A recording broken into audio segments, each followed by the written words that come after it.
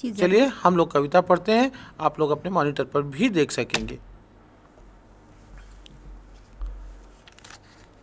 Try again.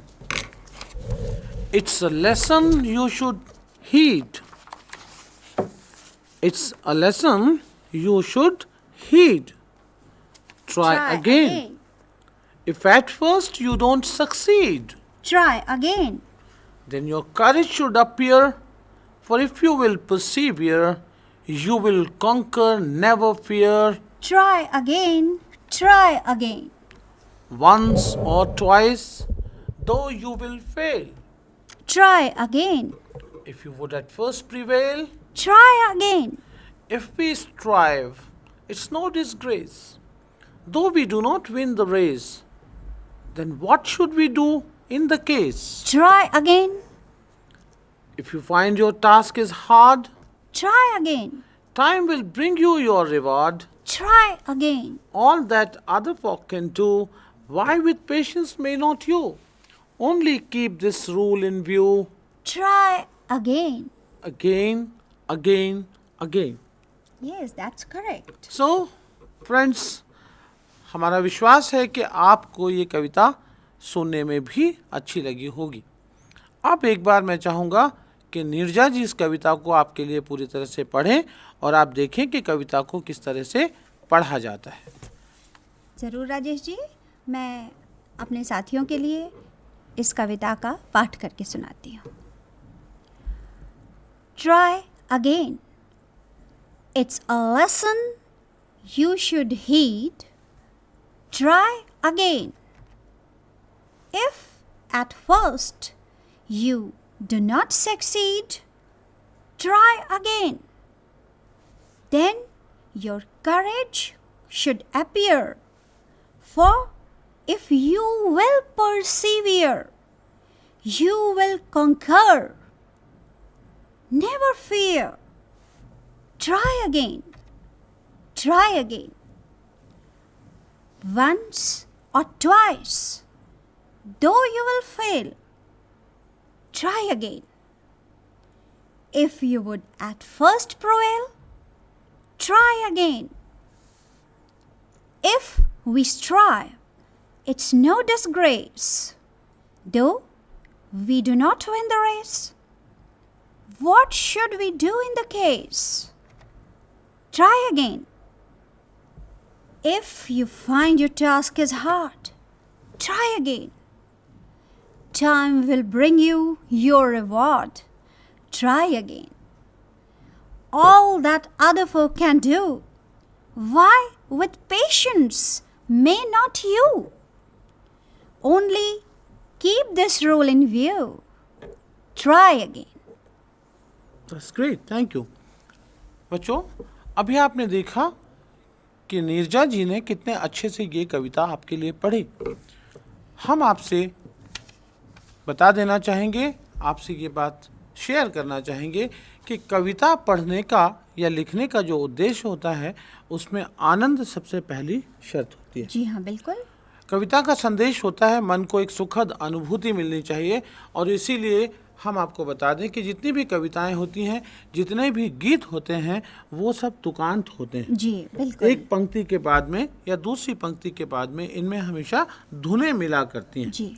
अगर हम इसी कविता को एक बार फिर से देखें बच्चों, तो आप देखेंगे हमने पहली पंक्ति में लिया है हीट और दूसरी पंक्ति को छोड़कर तीसरी पंक्ति में हमने पहली पंक्ति का राइमिंग जो वर्ड दिया हुआ है जी, वो क्या है? सक्सीड। सक्सीड।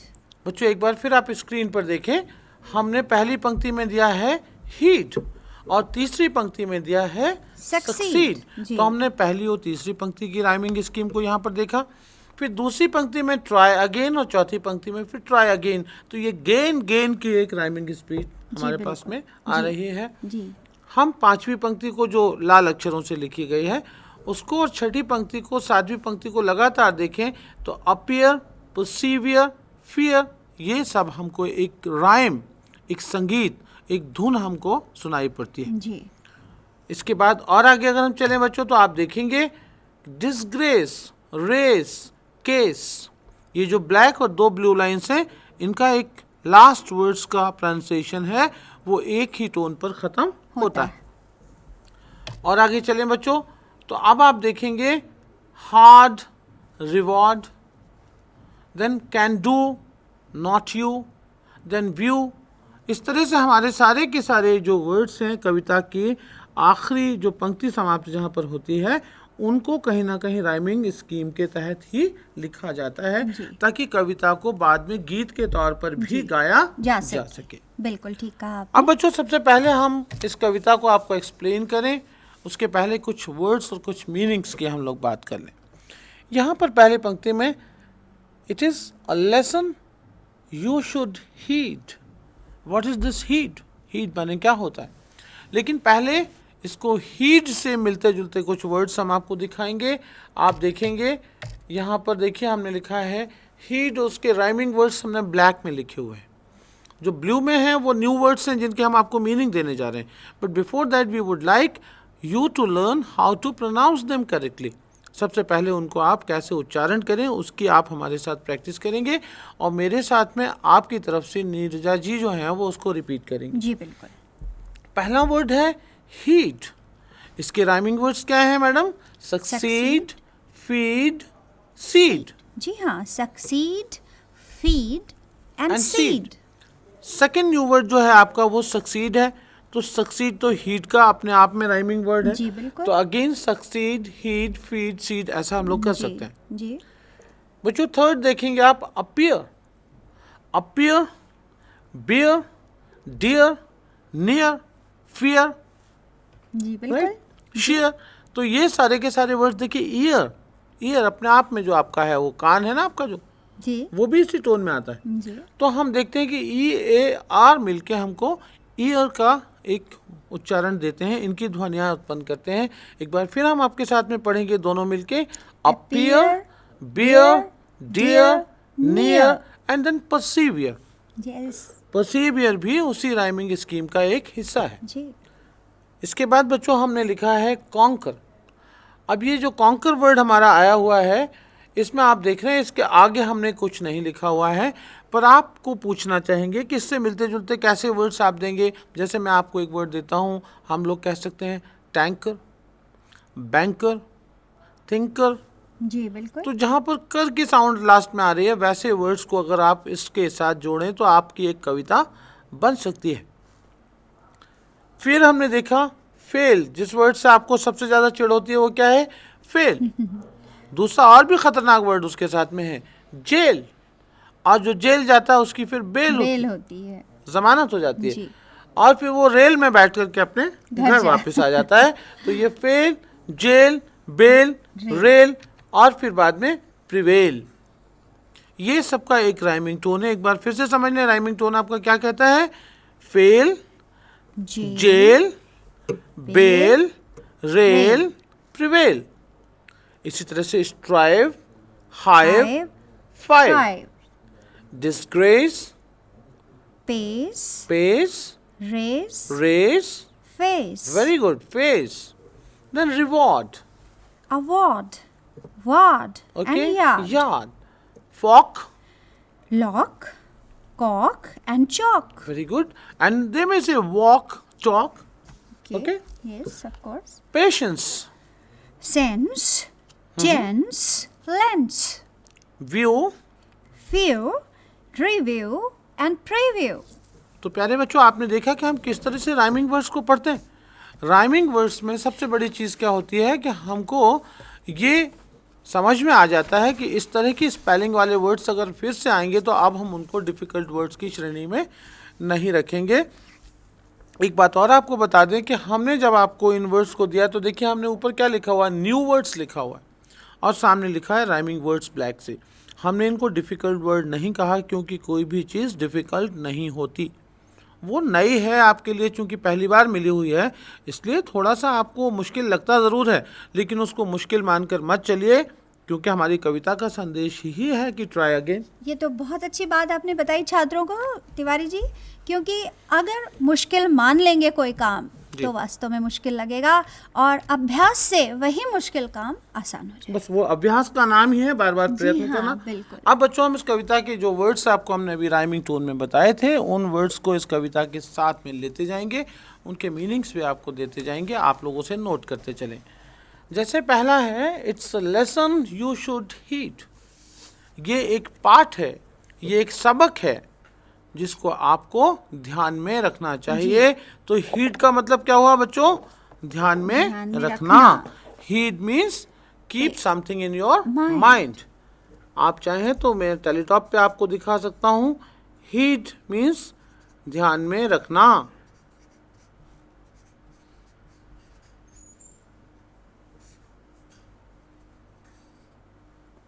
तो बच्चों, ये हीड हो गया। हीड माने ध्यान में रखना। पहली लाइन में क्या आया हुआ है? It's a lesson you should heed. ये एक सबक है जिसे आप ध्यान में रखें, जिसे हमेशा याद रखें। क्या हम अंग्रेजी में इसका अर्थ का एक और शब्द दे सकते हैं छात्रों को? क्यों नहीं दे सकते हैं, आप दीजिए। Pay attention. Pay attention. बच्चों, जब आपको क्लास में असेंबली हो रही होती है, आप इधर उधर देख रहे होते हैं, तो कौन सा क्वेश्चन दिया जाता है? Pay attention. ओके, अटेंशन, सावधान। तो ये सावधान करने के लिए आपको कहा गया है, सावधान रहें, सबक सीखें, प्रयत्न करें। क्या सबक सीखें? Try again. If at first you don't succeed, succeed बना है बच्चों सक्सेस, सफलता। अगर पहली बार में आपको सफलता न मिले तो भी try again. When your courage should appear, for if you will persevere, you will conquer, never fear, try again. The very first thing, then your courage should appear.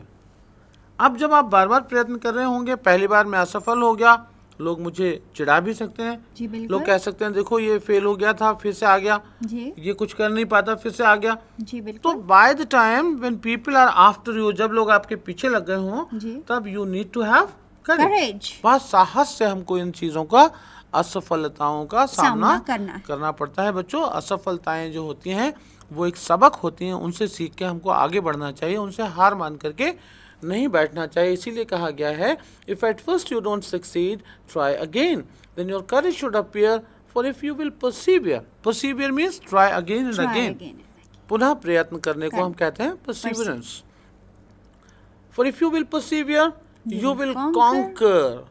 हमने आपको एक तस्वीर दिखाई थी, देखिए उसमें क्या वर्ड हमने यूज किया था?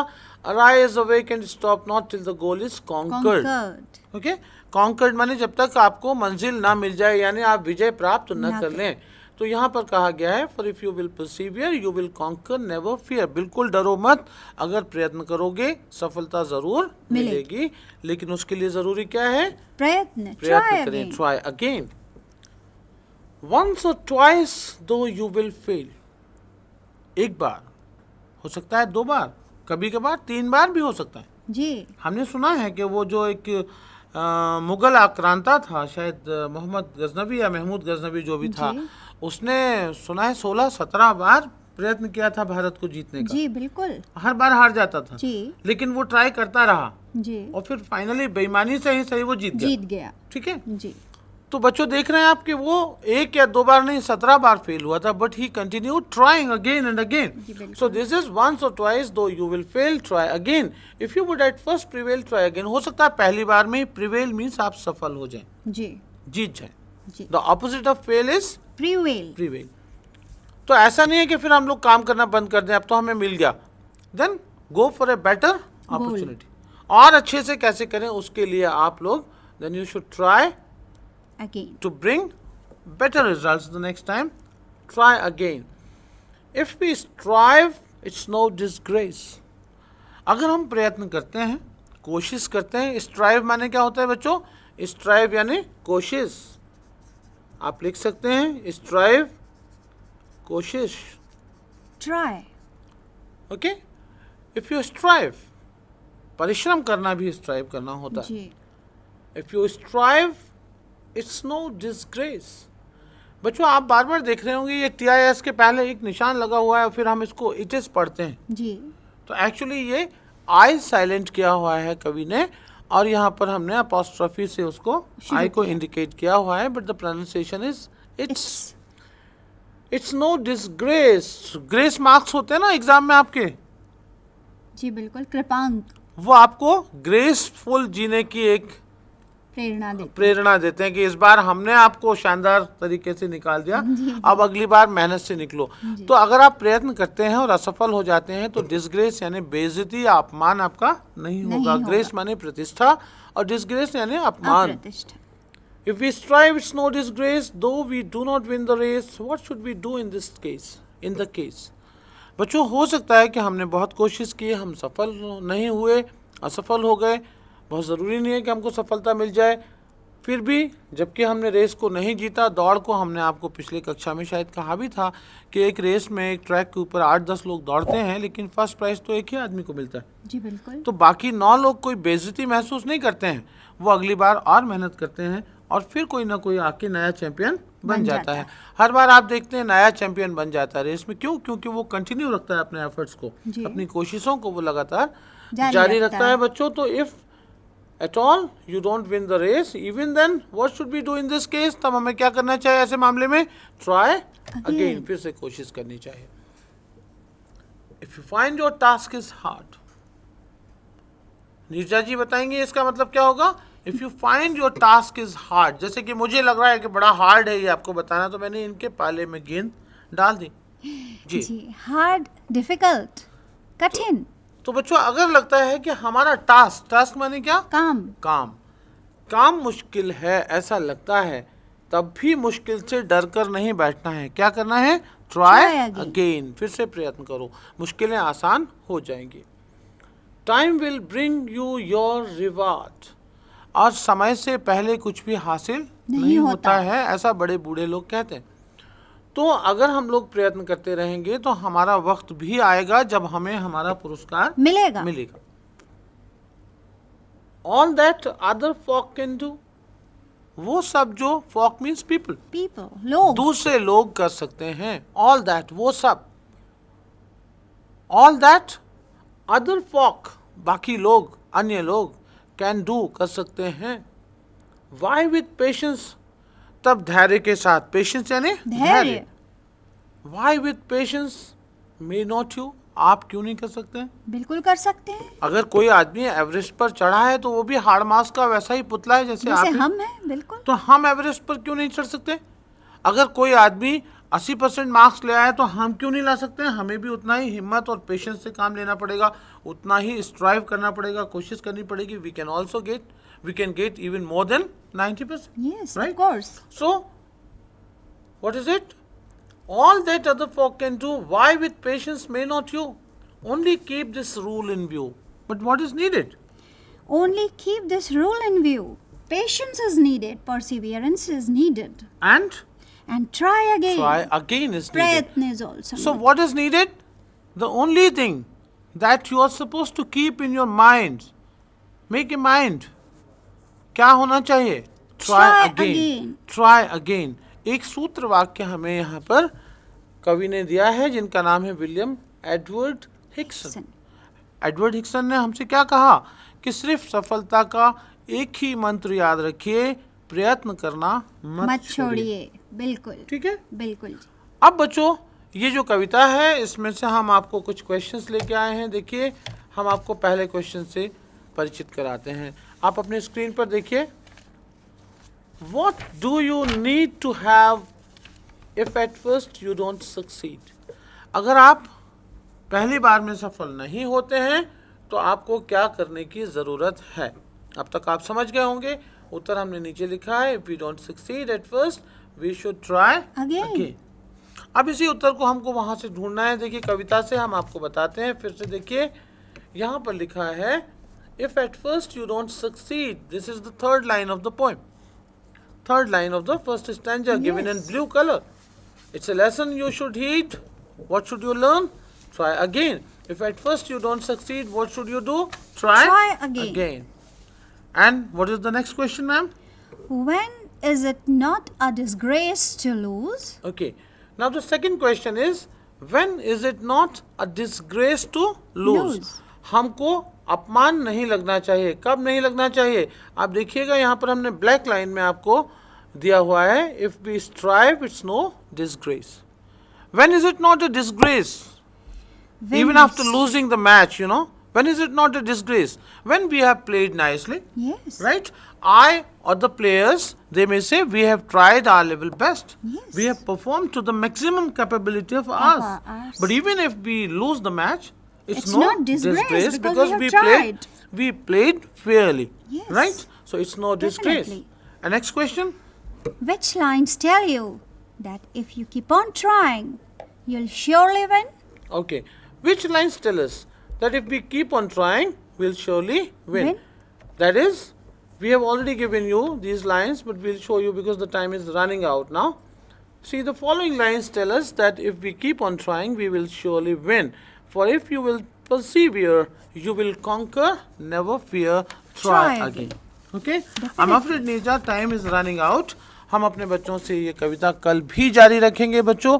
बस एक ही संदेश आपको देना चाहते हैं, वही संदेश जो एडवर्ड विलियम्स एडवर्ड्स और हिक्सन ने दिया है, वो ये है, मुसीबतें कितनी भी आए, असफलताएं कितनी भी हों, उनसे हार मानकर बैठने की ज़रूरत नहीं है। What ever may be the problem, number of failures, you are not supposed to count them. The only thing is start practicing things, trying, striving, and Not that losing could- courage. Not losing courage.